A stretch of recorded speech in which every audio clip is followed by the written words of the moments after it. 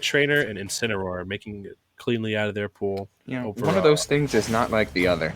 Oh, yeah. So, and the losers on the other side are starting to trickle in a bit. So I don't know how Chris is going to format the rest of this bracket in terms of leadership. But we're pacing is at a great flow right now. And we've got the dog specialists themselves, Zane versus the Zero Suit main, WebbJP.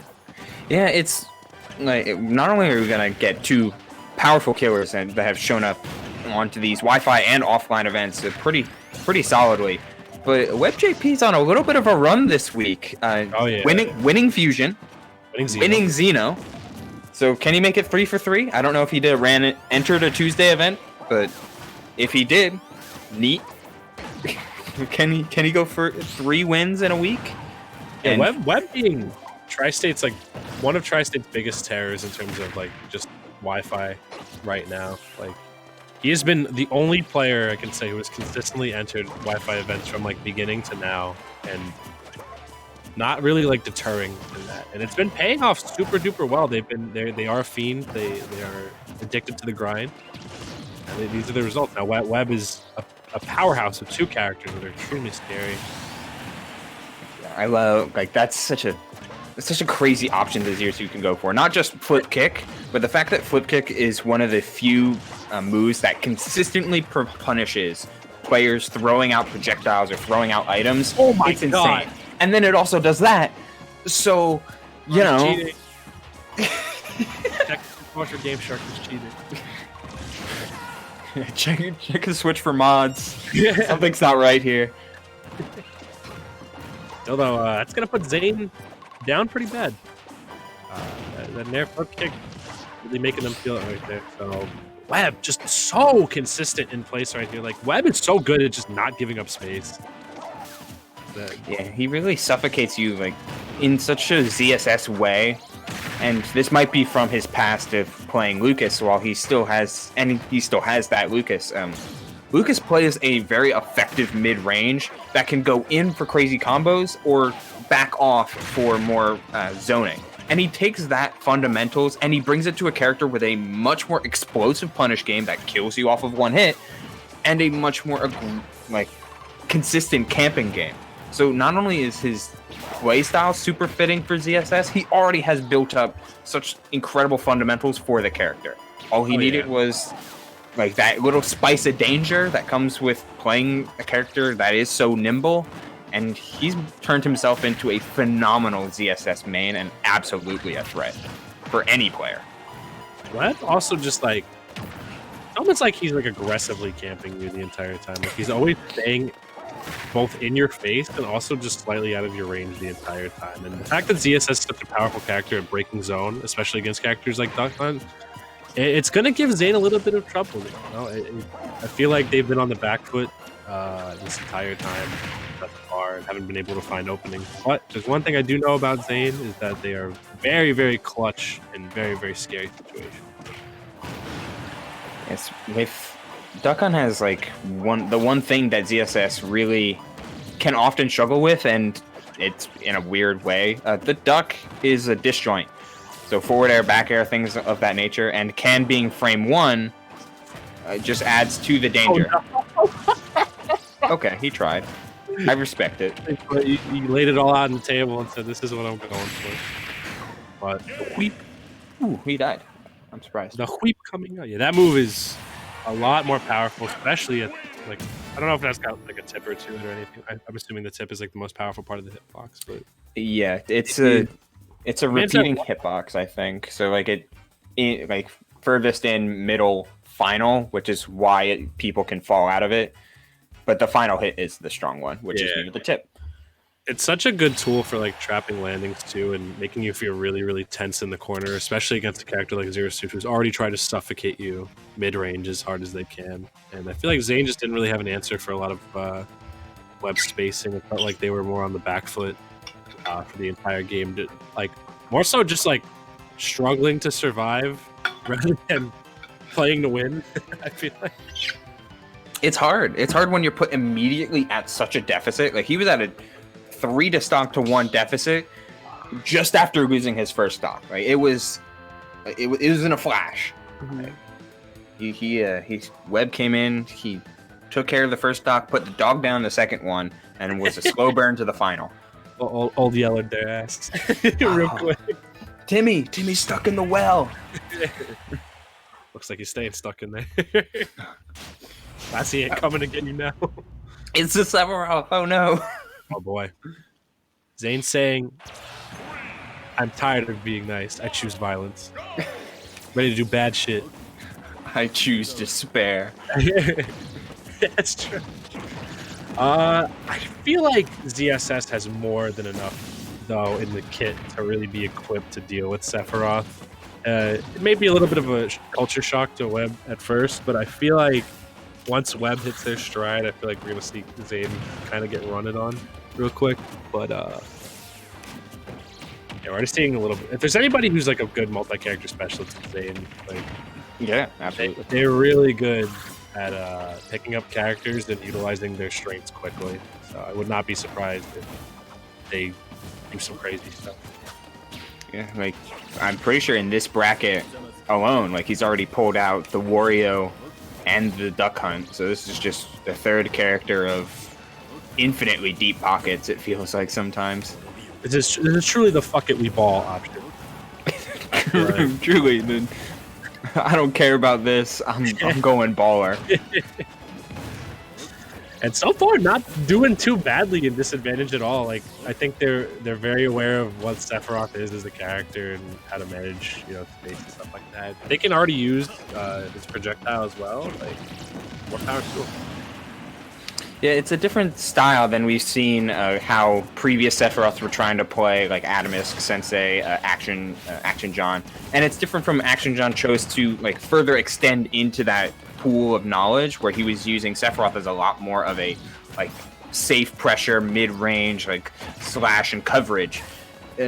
Zane is playing him a lot more like a zoner, and they're doing a damn good job of it.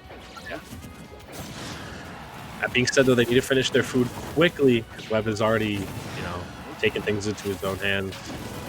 I'm loving these charges right there, though. Zane being very aware of the distances between both charges. Obviously, the third charge takes way too much time to charge up, especially against a character who can make it back as quickly as Zero Scoop. And the Octo Slash mid-air. I'm surprised that thing hits so consistently in mid-air, too. You don't, like, fall out of it or anything. You don't really see a mid-air multi-hit with that many hits land consistently. They learned from all of the infinite multi-hits that continue to only sometimes work. Like every multi-hit they add, they just get stronger. Or rather, more consistent. Oh man, I can't wait to see this character play at the top level, man.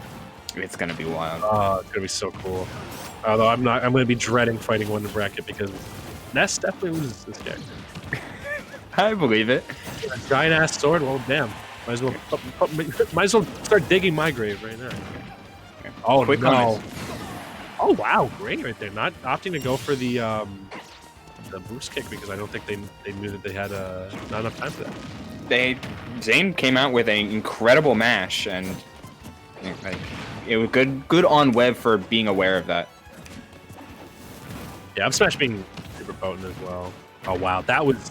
Oh my god, Webb is trying to stack up for something huge here with these fast fall up airs. Like, I've never seen his Zero use that play. What, last stock? Can we see the evil man do some evil stuff? Will we see him spit on a puppy, perhaps, or rob a bank? Who knows? I think he's gonna go a little bit more classic and just some good old fashioned. Old fashioned is relative, but good old fashioned murder. Oh my god, that could have been scary. Imagine if he went, or rather, if they went for it all and did Octo Slash in that situation. That would be crazy. But also, yeah, I respect it. Yo. Oh, he's got four of them now. Quattro? Oh man. Looking scary for Zane, but not out of it just quite yet. Using that third jump, I love it. I have not seen any Sephiroth in bracket use third jump that well yet. Third jump is so, like you literally have Pit now as a character. Fast Pit. Look at him move. Oh no, that's no, it's not. Webb getting very antsy to break zone, and I think Zane is pretty aware of that. And then these mid-range stage how they just did it. We went for the octave slide. Zane also being aware that he cancel. Wow. And the quick back air coming out. Wow. He caught him holding away. He caught him dashing and we're jumping back so hard. Like it's hard to run away from that sword, especially when his walk speed goes from, or his run speed, like the boost on it becomes incredible. Look at just the speed of how he caught up to a shielding web so fast and punished his jump out of shield with the swiftest of slashes. The fundies on Zane, Jesus. Oh yeah. Jeez. That was. It looked like Zane's back was against the wall, and they just went beast mode and pulled out like some really, really good advantage. And I think a character like Sephiroth in the hands of a player like Zane, is going to be crazy because Zane's already fantastic at using zoning tools. Couple that with a character with fantastic range and really good advantage. It's just like Zane is already trying to trap you in your disadvantage with Duck Hunt. So, and he's played plenty of other characters, or rather, they've played plenty of other characters with that capitalize very hard off of reading an opponent's disadvantage. So, I think we're in for a real show right here, Lupo. I'm here for it. Like just seeing how Sephiroth interacts with different characters that are established in this metagame, Wi-Fi or not, like, is so interesting, especially since we're only going to have this particular meta for 5 days. Boy. And this is already a level we're seeing of Sephiroth too. Like people are good. People got good fundies, man. People do be good at this game. And I love how like he's utilizing the it's Mega Flare. He's using Mega common zoning tool because it travels the furthest but has a solid explosion. But when he's utilizing just normal flare, he's always looking to capitalize on the space that it gives him, whether to go for hunt for a shadow flare and gain any sort of advantage off that, great roll read, or just push in with his own sword. So Zane looks so familiar with their slow projectile game, and that probably comes from his experience with both, like with Duck Hunt. That being said, WebbJP, fantastic player at adapting, and we're already seeing that just off the cuff right here, like not really trying to fall for the same tricks, being way more patient now in neutral instead of trying to really close in on those stocks pretty early. I think Webb has realized, like, hey, this is another character that is going to try to zone me out, so I do have to play this war of attrition game with them. But ZSS can do both. She can be very aggressive as well and just really good at playing defensively within mid-range. Just these pokes. Like Zare is such a fantastic poking tool. She's got quick area, high speed, and she can trap disadvantage super well too. So. Yeah, they don't call her top 10 character for nothing. And she definitely has earned her reputation despite ZSS mains really trying to convince you otherwise. Wow, that up air is insane. It's so big. I gotta start using that more. That was insane. Killed pretty reliably. And just descending up air, it already covers so much space. So it's like if you're trying to land safely around Sephiroth, smoke. Speaking of smoked. Oh, just one headshot to the dome right there for WebbJP. All right, down throw back air, we got those. It's a thing with every character, and basically it feels like every character, and Sephiroth's no different. No distant because you can't get enough distance away from him to for anything. Bars. No, that's a I'm no Bars the journey. Mars the Fernie. Mars. All right, Zane kind of struggling a little bit now. Still playing their game, but Webb is up a stock, so I feel like it's not going to work as well unless Webb starts to get antsy like they did last game. It's still Zane still in their own right doing a fantastic job, but it seems like Webb has seen every trick that Zane has up their sleeve so far. Oh boy! Wow. Imagine if that had wolf up B angles where it just sent the other way for no reason. That move is so sick. Just in terms of the aesthetic of that move and how satisfying it feels when it explodes, it's just like, damn. Yeah, he's not just your average anime swordsman. He's the